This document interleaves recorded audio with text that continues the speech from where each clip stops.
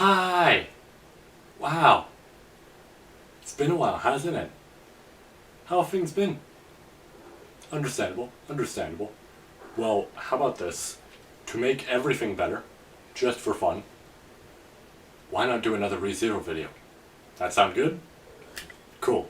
Random fun fact, but in case you were wondering why the camera shook a little bit there in the intro, it's because of this.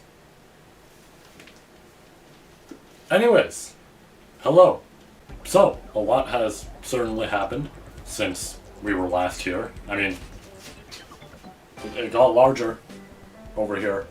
I don't know if you can see it, but power is up there now. That's cool. But, yeah, a lot has changed over here. And really, technically speaking, a lot of time has passed since the last ReZero video. I mean, really, it's been like a month.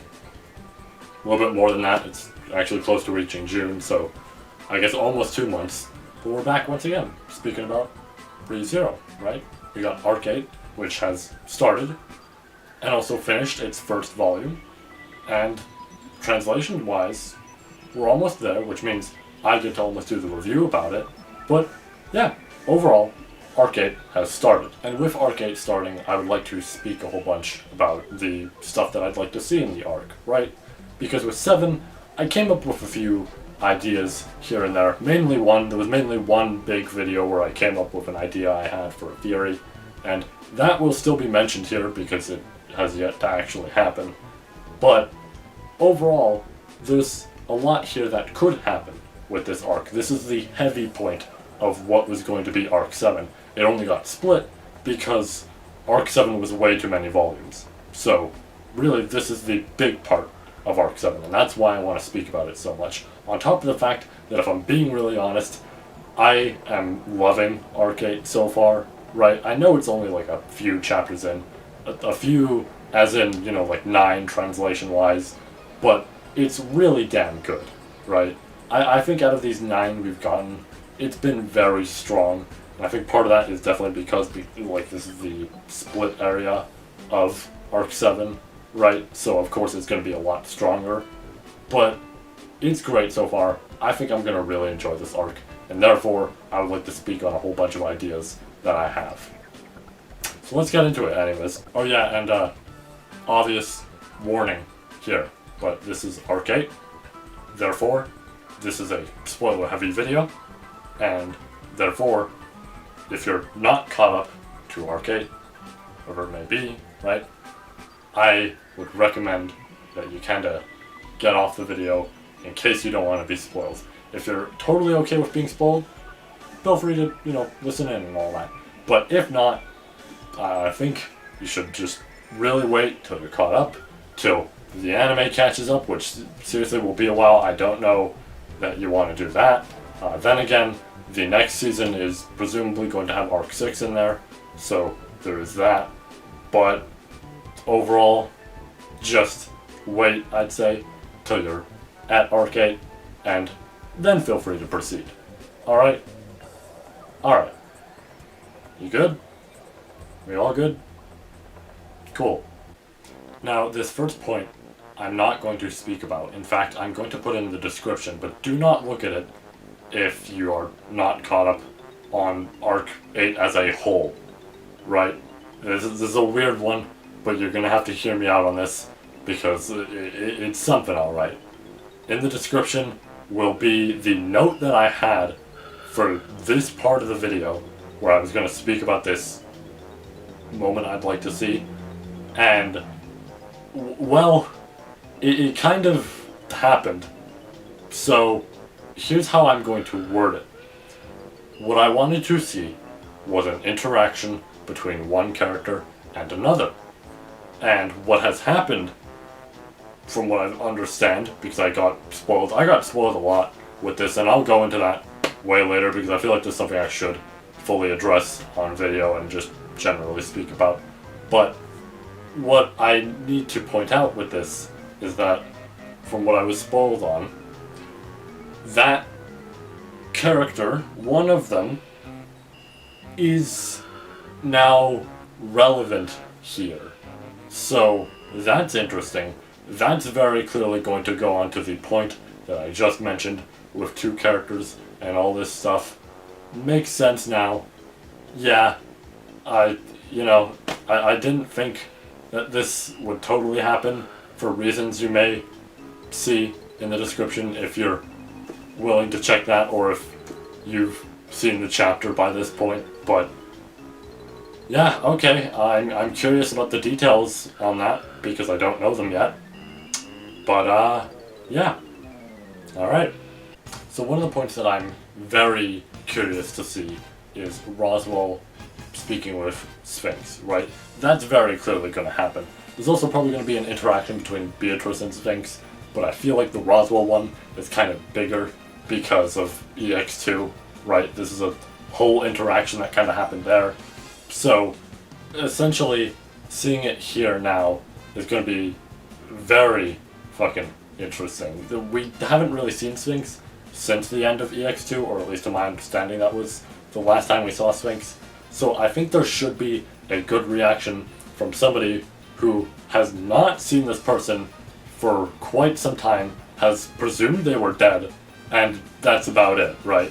I think this will be a very fun interaction. Beatrice interacting with Sphinx, like I mentioned, is also another interesting one, because I feel like with the general way Roswell speaks to Sphinx, there is a chance that Beatrice has had some interaction with Sphinx, right? And therefore, this could lead to some interesting dialogue between the two of them, right? All this sort of shit. Very clearly, they're not on the same side, right? It should be noted for both of these interactions. They're not on the same side. They will probably fight. If anything, the absolute optimal situation here would be Roswell and Beatrice versus Sphinx, right? I feel like that's the optimal situation here. But I'm very curious to see what they have to say, all this sort of shit. Who knows what will happen?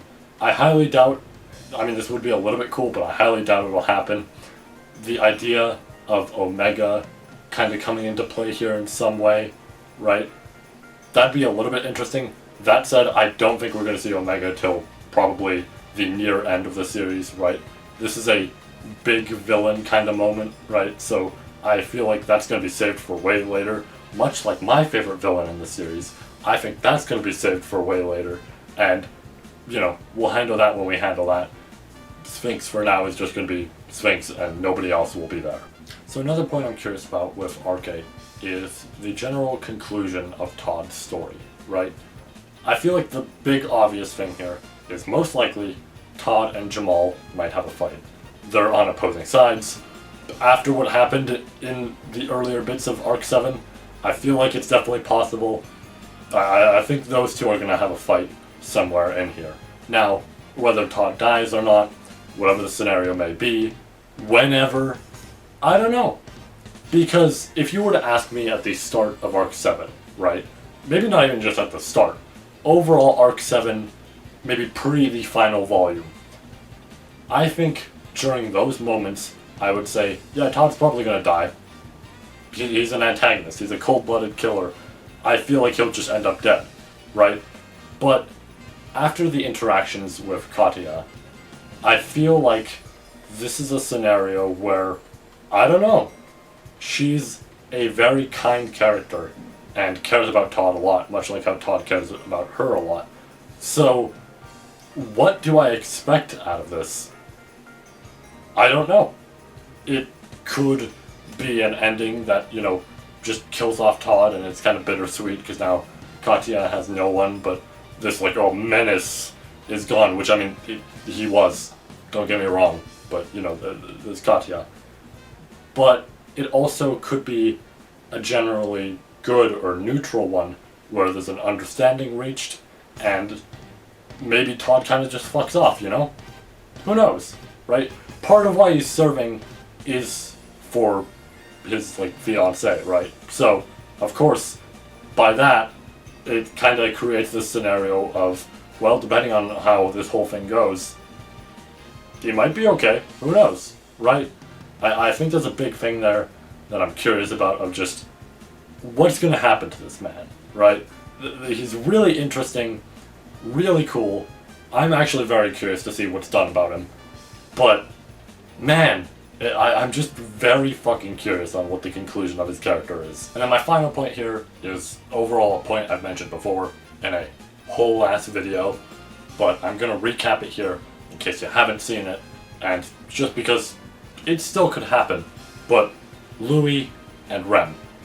The big thing here was I made the whole theory kind of idea that Louis might end up sacrificing herself for Rem so that Rem can get her memories back and everything like that, right? Because Louis is a part of the Hall of Memories. We don't even really know what happened with Louis, and that's another thing. I'm very curious on what happened with Louis, right? The last time we saw Louis pre-Arc 7 was the two Louis, in a way, merging into one, presumably, right? We don't know. They just presumably did that, and then Louis became the Louis that she is now. So that's something I'm very curious on. But this is something where I had this whole theory idea of Louis kind of, because she's part of the Hall of Memories and all this shit, kind of gives herself to Rem, and then by that, Rem gets all her memories back and everything. I felt like it made a lot of sense overall, at least to me, because, yeah, I don't expect Louis to stay. She's an antagonist, and even if she does good, she's still, technically speaking, an archbishop. She does kind of have to go in some way, most likely, right? It'll be a sad farewell to her, much like other characters that we've had to deal with that with. But overall, you know, I think that's probably what's going to happen to her. And that could still happen, right? Not much has progressed there to overall say, like, oh, well, no, that's impossible now. No, it definitely still could happen at any point during this arc. And I still think that it can still be worked into the arc. Really, that's all it is. It is just the recap of the video we did. But this time, I'm mentioning it with Arc 8, because it could still happen. And I'm also just very curious on Louis. It's also going to be very sad for me, because I'm really enjoying Louis. But yeah, that's it overall. I mean, this is a short video compared to a lot of other stuff we've done in the past. Some of those videos were real long, but this one I wanted to keep more simple. And hey, I'm kind of curious to hear what all of you might be curious to see in the arc, right? I'm interested to know that. Now, before you all go, two big things here relating to ReZero. So just give me a minute, right? Don't click that button yet, please. Please. I mean, it's fine if you do, just if you're willing to. Hear me out. I have two things to mention. Number one, if you haven't already, there is a ReZero video that I would like some help with. I don't absolutely need it, but I would like some help with. I will link it right here. Your only task is to watch it and then comment on whichever question fits you, essentially. Fits your scenario, right? Should be simple enough. Yeah. Feel free to do that. Alright? Cool. Anyways, number two. I mentioned the whole spoiler type of stuff, everything like that. So, here's the thing. I would like to openly address this with a video, because I mentioned it on Twitter and everything, but I would like to do it in a video just to get a much bigger understanding. And overall, I mean, it's not a great thing, but I feel like I have to do it to avoid being spoiled. I am still obviously going to support the WCT and everything, right? I'm going to give them the bread every year that I would like to give, because I genuinely love the work they put into the translations and everything, all that stuff. That shit's still fantastic. I'm still going to read those chapters as they come out. But this is something I would like to mention, because I know this isn't looked upon as the greatest thing, and I totally get why. But I want to address it here, because, like I said, it's not looked at the greatest. For the sake of avoiding spoilers, I will be reading the chapters as they come out. Not translation-wise. I mean, like, actually going in and, you know, using something like Google Translate to read all that.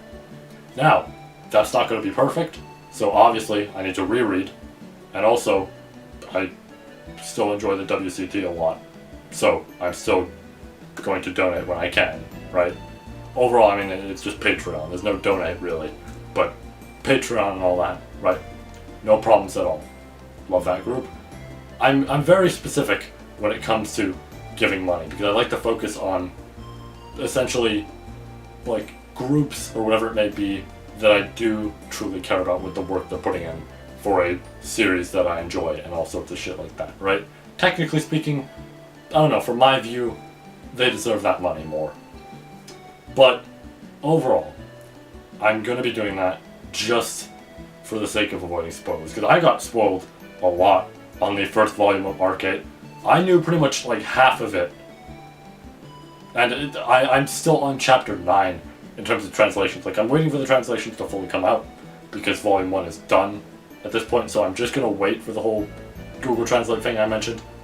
But I got spoiled on like nearly half of it, and it's still at chapter 9. I already know some of the stuff that comes next, but yeah, this is kind of the scenario I'm in, and I hate this the most because this did happen a little bit with Arc 7, but Arc 7 at times I didn't care super, right, like a huge amount, anything like that, mainly because, okay, Arc 7 had some really great moments, but they weren't always like, you know, the absolute peak of shit and everything, right? I had problems with Arc 7 occasionally. This arc I'm enjoying a lot so far, and while that, you know, enjoyment may lower later on, at the moment it's pretty high up. So I think it's fair to say that, yeah, I don't want to be spoiled on this, and that's where the problem kind of comes in. I've been spoiled by half of this. Some of it, you know, it's a lot of like just art on Twitter, stuff like that, and I mean, this is like no general offense to anybody who may be posting that. It's fine. I mean, for the most part, it's fine. I will say you can flag tweets so that they're sensitive. I just want to note that for anybody posting art on Twitter, you can just flag it so that nobody has to see. And they can see if they want to see, right? I think that's way better because that means, hey, if you want to view this cool art, go ahead, and the other people don't get spoiled, right? I know that can't fix the scenario where a lot of Japanese artists will post spoilers online. I know. I feel like the scenario there is kind of different, right? Just because they actually can read the chapters as they come out and everything, and I'm sure the culture there overall is kind of different, right? So because I'm not in that scenario, I can't really criticize that all too much, right? That said, there is something I can criticize, not to them though, to certain people on Twitter. Putting text just openly there with spoilers, no brackets saying, oh hey, spoilers, anything like that, no text on an image that then you can flag as sensitive, nothing, just text there, you see the spoiler. Yeah, that I have a problem with, right? I'm not gonna like absolutely just insult anybody doing that, right? I wouldn't feel good at all doing that. I don't really know why I would. But I will say I do have some criticism towards that, and rightfully so, because why would you do that? There is no reason to just blast a spoiler from a chapter that's not even translated, by the way, onto Twitter. Just right there. Why? What the fuck? That's a little bit of a dick move, I gotta say. But yeah, anyways, that's it for this video. I know, weird transition there, but that's it. That's all I really wanted to discuss for this video, and I'm excited for the Volume 1 review. I'm sure some people who might have seen some Twitter posts that I've done, which I don't know that it's that many, but maybe a few, might have seen some Twitter posts that I've done where I mentioned that the next volume review I would have an interesting attire on because of a bet I overall made. It wasn't really a bet, but it's something like that. And because of that, I'll look pretty interesting for the volume review. I'm actually kind of excited to wear it, mainly because it'll be nice, it'll be breezy. I know this will sound like I am wearing something else. It's weird right now. It'll make sense when we get to the volume review. But I'm excited for that volume review. It should, technically speaking, be soon. I know the WCT is kind of like slowing down a bit on translations because I do need a lot of urgent help. I do wish I could help, right? Other than saying, hey, if you are good at translating, why not try and support them, right? That's overall what I can say. But I don't know that people watching this, you know, haven't seen the WCT and all that and don't know about those announcements, or even, you know, are super good with translating, right? No problems if you aren't, right? But it's kind of the scenario where I don't know about that, so. But overall, that probably will be soon with the review. I'm excited for that. And yeah, I still have the big video on the way. I know it's taken a while. It might be out later than I thought. It definitely might be out later than I thought. But I'm still going to get it out this year. That is the absolute plan. This is a big video after all. This is going to be a long one. It's going to be heavily edited. It's going to take a lot. So obviously it's going to take a while. But yeah, it should still be out this year. I want to get the next Get Into out this year. And then we have a special type of Get Into that I think you will all be interested in. That will kind of come after that. That one won't necessarily be a Get Into that you may all be interested in, but the concept of it, I think, will interest you a whole lot. But yeah, overall that's it. Thank you all for joining, and I shall see you all at the volume review probably, and if not, next time. Farewell, friends.